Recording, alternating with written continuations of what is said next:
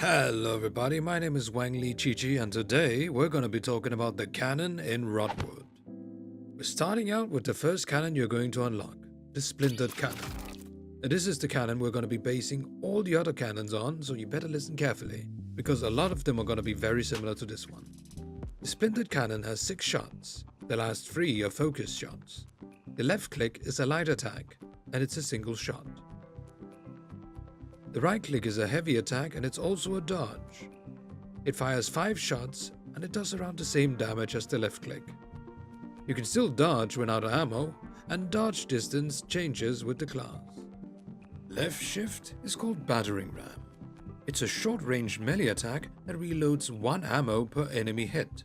Now worth noting is that the reload mechanic also works on other cannons and the left shift ability. In order to reload the cannon, you need to click space twice, not too quickly and not too slowly. Now let's talk about some combos. Right click 3 times quickly for a 2-shot and explode combo. Same explosion is used when quick rising. Space plus left click is a heavy mortar attack that fires all remaining shells in the cannon. More shells, larger area and more damage. Now it's worth noting that if you fire 6 to 5 shells, you enter a long stun. If you fire 4 to 3 shells, you enter a light stun. And if you fire 2 to 1 shells, you have no stun at all. Space plus left click is a light attack. It's an explosion centered around the player. More shells equal a larger explosion and more damage. 6 to 5 shells equals a long stun and you take 15 damage. 4 to 3 shells equals a light stun, and 2 to 1 shells equals no stun at all. If you press space plus left shift, you can perform a light attack where you launch yourself backwards, dealing damage in front and behind. More shells equals more distance and damage. A lighter weight class also has more distance than a heavier one. 5 to 6 shells equals a long stun plus 15 damage. 3 to 4 shells equals a very light stun, and 1 to 2 shells equals no stun. And now we're going to talk about the different types of cannons you can encounter on your journey. The Domino Cannon excels at more knockback distance. Its shift ability is called Big Yammo Slammo. You hold to charge a focus hit that deals bonus damage depending on how much damage you took while charging. Enemies you knock down also deal damage while they're flying. Personally, I'm a big fan of the Domino Cannon. With the right loadout, you're able to keep yourself nice and healthy throughout the entire game. The Keening. It excels at doing more focus damage.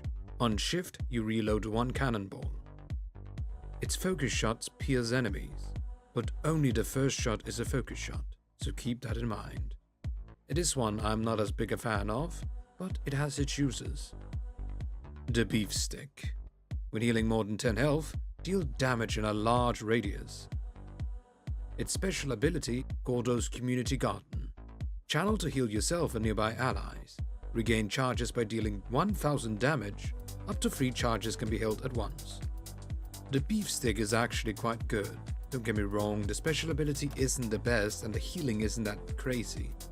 But with the right loadout, you can reach some pretty decent numbers. The Bug Blaster. Its hit streaks decay slower. If you press shift with it, you activate the special ability. Grody Groke Gulp. You vacuum in enemies in front of you towards yourself. Now the special thing here to remember is that when you use the shift, you also regain your ammo. And not only that, the ability also hits multiple times, which means you can effectively reload your entire magazine quite quickly by just vacuuming a few enemies. Next up, one of my favorites, the Hail of Gory. Its mortar shot is replaced with a cluster shot. You press space, then left click, and you fire a singular cannonball that explodes into a cluster of small shells, carpet bombing the area. Normally, you wouldn't use the mortar shot in any kind of, well, average play, because it's so clunky and it's a bit finicky and you don't do much damage.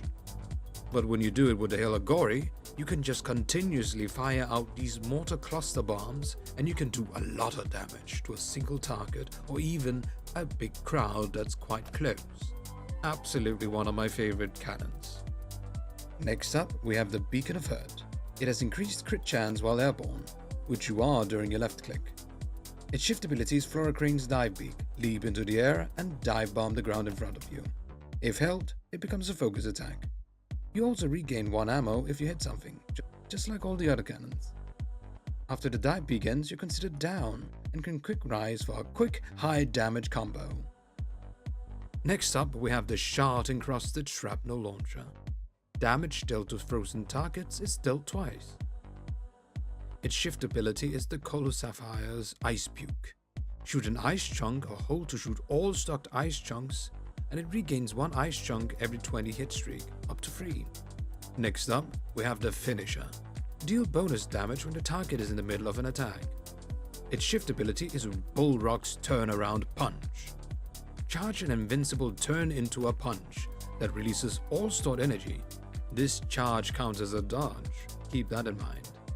Next up, we have a very unique one, the Shell Shot Blunderbuss. Light attacks are spread into 3, while heavy attack fires 1 big shot. Your shift ability is the Big Blast. Charge a big blast that deals major damage. Press skill again upon landing to chain multiple shots together. Now, once again, keep in mind that the shift ability also reloads your clip. So if you hit someone, you automatically get some shells back. Next up, another interesting one, the Spore Shot. Your shift ability plants up to 10 proximity mines, your cannon has 10 cannonballs, and reduced damage. Every shot within a clip gains bonus damage. This cannon is extremely interesting. You're able to plant 10 mines in one small spot, and thereby doing a lot of damage very quickly. One of the best things about this cannon is also the fact that you get ammo back by just hitting the mines. It's absolutely brilliant. The Bone Breaker. Once a clearing with a 20% health, Stampede hits twice for a period of time. The shift ability is called Bonejaw's Charge. Hold to stampede in a direction, release to do a headbutt. And if you want to get some extra damage, you should try using the Garlic Hat. Next up, we have the Boss Imbued Cannons. Now, something to note here is that the Boss Imbued Cannons don't have any passive ability, they just have an active one. The Mother's Fury. Its shift ability is Mother of Mechushila. Summon a line of Mother Tree groups, press shift during a heavy attack to cue the summon behind the target hit. The Nocturne's Wrath. Its shift ability is Keeper of the Moon. Create a gust of wind in front of you, pushes enemies back and knocks them down. Next up, we have the Lose Cannon. Its shift ability is Enigmox Parry. Nullify an attack to gain a brief window of 100% critical chance. And then we have the Ear Splitter. Its shift ability is Thatcher. While active, your attacks poison targets, which deals damage and maintains hit streaks. It's actually really good. And lastly, we have the Proto Cannon. It is basically identical to the Splintered Cannon, but it is essential in obtaining the Boss Imbued Cannons, so keep that in mind. And now, let's make a tier list, because I know everyone loves those. We start off with the Splintered Cannon. I put the Splintered Cannon in B. It's basically the baseline. Next up, we have the Domino Cannon. I put it in S because of its great health management. If you know how to use this thing, then you'll never ever run out of HP. The Keening. I put it in C. It's very niche and you're forced to constantly reload in order to use its ability. The Beef Stick. I put it in A. The healing to damage is pretty damn good and the skill is decent. The Bark Blaster. A. The skill is great at regaining ammo very quickly. And now for one of my favorites, the Hail of Gory. I put it in S. It's absolutely amazing that it makes the mortar attack actually decent and good. During a phase where the boss is stunned or sits still for a long period of time, you can land a lot of damage. And that is nothing to scoff at. The Beacon of Hurt, A. Crit is always good and it's common. Furthermore, the dive beak into quick rise is just so smooth. Shard-encrusted shrapnel launcher gets an A. The ice is just great for crowd control. Nothing else to say here. The finisher gets an A.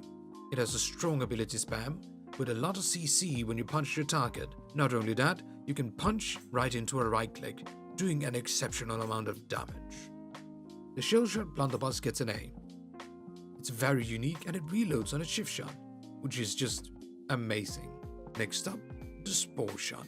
It gets an S, extremely unique, with reload on mine hits, so you can just constantly put mines down.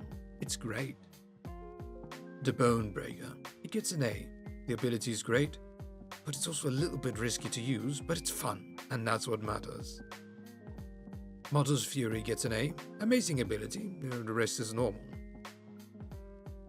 Nocturne's Wrath gets an S. The shift ability is very fitting.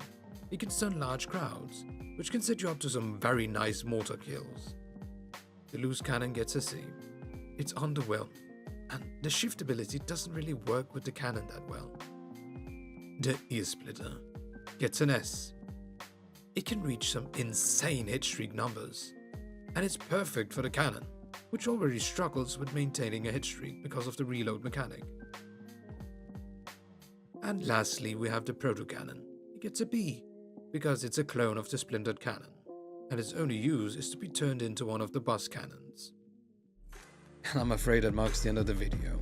If you liked it and want to see more Rotwood, then make sure to subscribe, leave a like, ring the bell, and maybe leave a comment. And I'll see you guys in the next video. Bye bye.